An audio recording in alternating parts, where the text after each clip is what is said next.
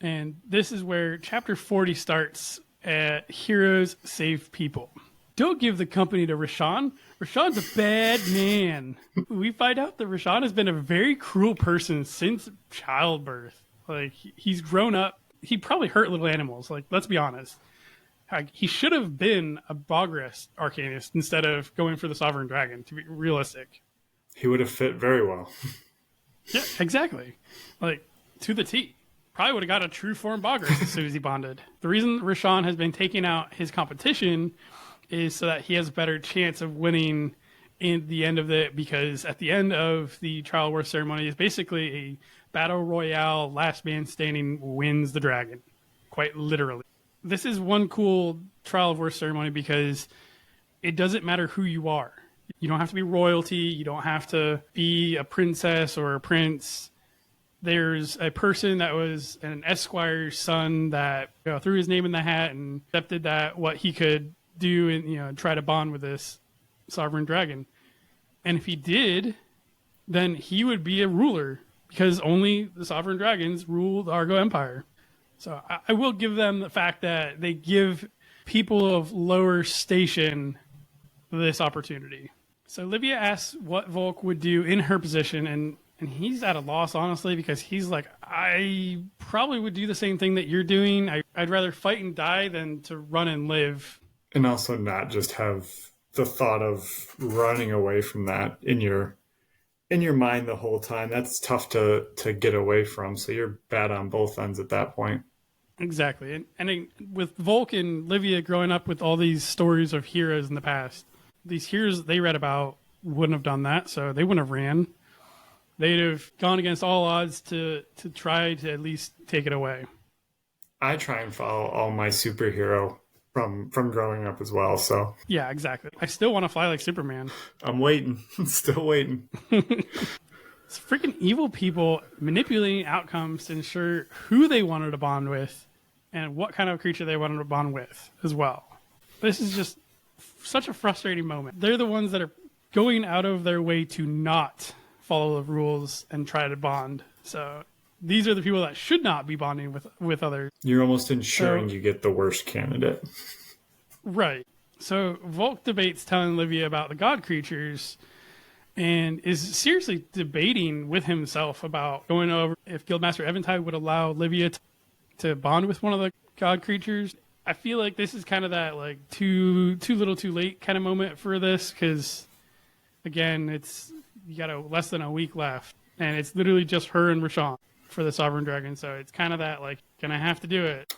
Yeah, it's a tough point to be in, but like you said, she can't turn away at this point. She'd be running from herself. It kind of clicked with me that this is literally the royal female version of Volke is what Lyvia is. This is the same person in a female body with a better start to life.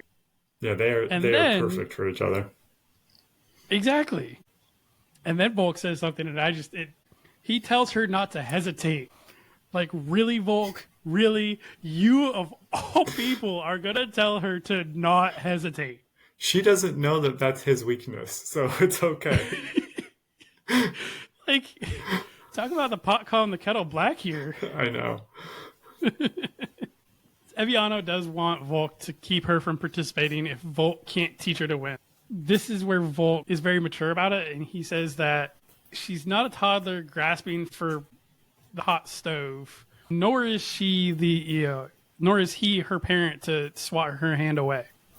She's a consenting adult that is trying to do anything and everything she can to protect her kingdom. Again, Volke is like, I would do the exact same thing. I can't tell her not to do this if I would do the exact same thing.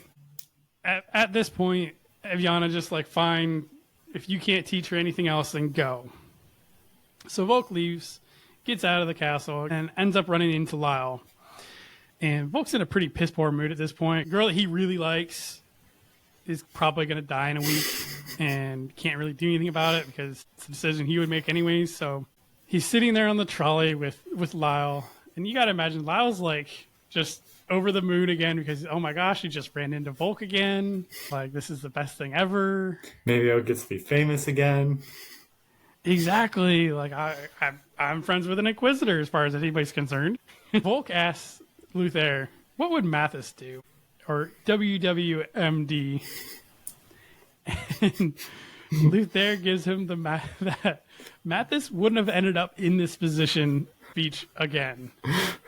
Which is such a good default response. Be like, I don't know what to tell you. Like, Mathis wasn't this messed up. Stop getting into these ridiculous situations. And the other thing that I think is funny is it's now nighttime. They're together, and Lyell's, "Hey, you don't have a coat. Here's one from the lost and found." Essentially. I get to keep it if nobody claims it by the end of the night. So I've already got like 5 of these. Do you want it? Seems like a nice coat, though. Lots of pockets, big trench coat. Well, it said it's a fishing coat, so I imagine so, yeah.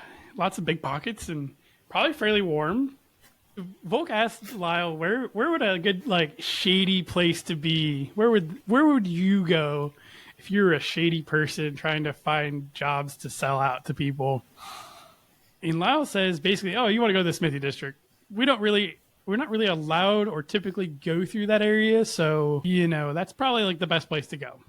It's not shady. We just don't patrol there or put out lights or do any of the things you normally do to keep an area safe.